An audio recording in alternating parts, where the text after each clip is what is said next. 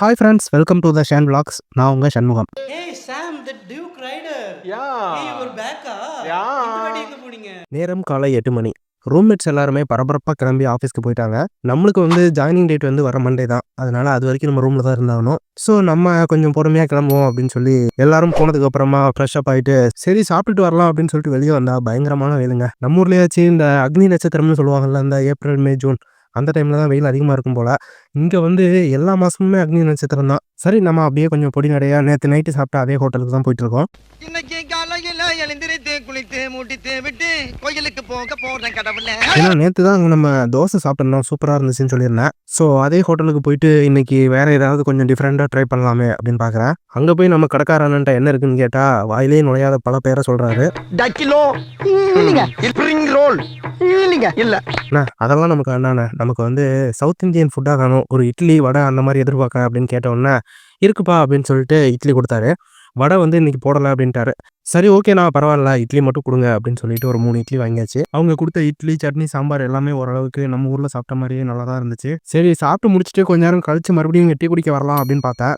சரி மறுபடியும் இந்த வெயிலில் அங்கேருந்து இவ்வளோ தான் வரணுமா, ஒரே இப்போவே ஒரு டீயை குடிச்சிட்டு போயிடலாம்னு சொல்லிட்டு ஒரு டீயும் சேர்த்து வாங்கி குடிச்சாச்சு. இந்த வேகாத வெயிலில் நடந்து வீட்டுக்கு வெந்து தணிந்தது காடு ஃபஸ்ட்டு ஏசியை போடு அப்படின்னு சொல்லி ஏசியை போட்டாச்சு. நம்ம ப்ராஜெக்ட் ஒர்க் ஒன்று நமக்கு பேலன்ஸ் இருந்துச்சு.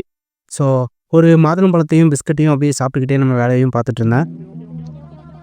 ரூமுக்கு எனக்கு கொஞ்சம் ஒர்க் இருந்துச்சு. அந்த ஒர்க்கெல்லாம் முடிச்சுட்டு அப்புறமா ஈவினிங்காக எங்கள் அண்ணன் வீட்டுக்கு போகலாம் அப்படின்னு ஒரு பிளான் இருக்குது.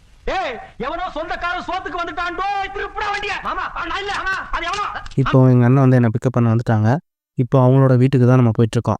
நம்ம தமிழ்நாட்டில் எப்படி 28 ஸ்டேட்ஸ் இருக்குது, அதே மாதிரி நம்ம துபாயிலையும் 7 ஸ்டேட்ஸ் இருக்குங்க.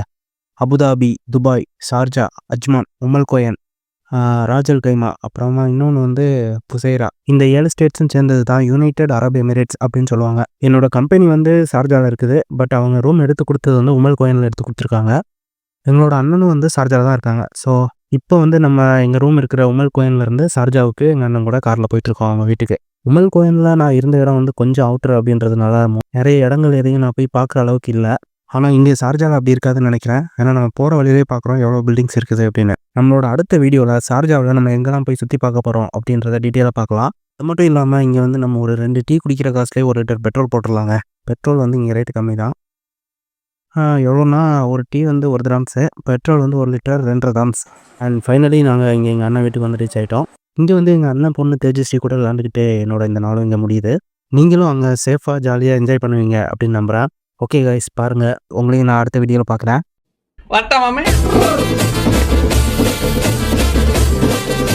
இந்த வீடியோ உங்களுக்கு பிடிச்சிருந்துச்சுன்னா ஒரு லைக் பண்ணிட்டு மறக்காமல் நம்ம சேனலை சப்ஸ்கிரைப் பண்ணிக்கோங்க.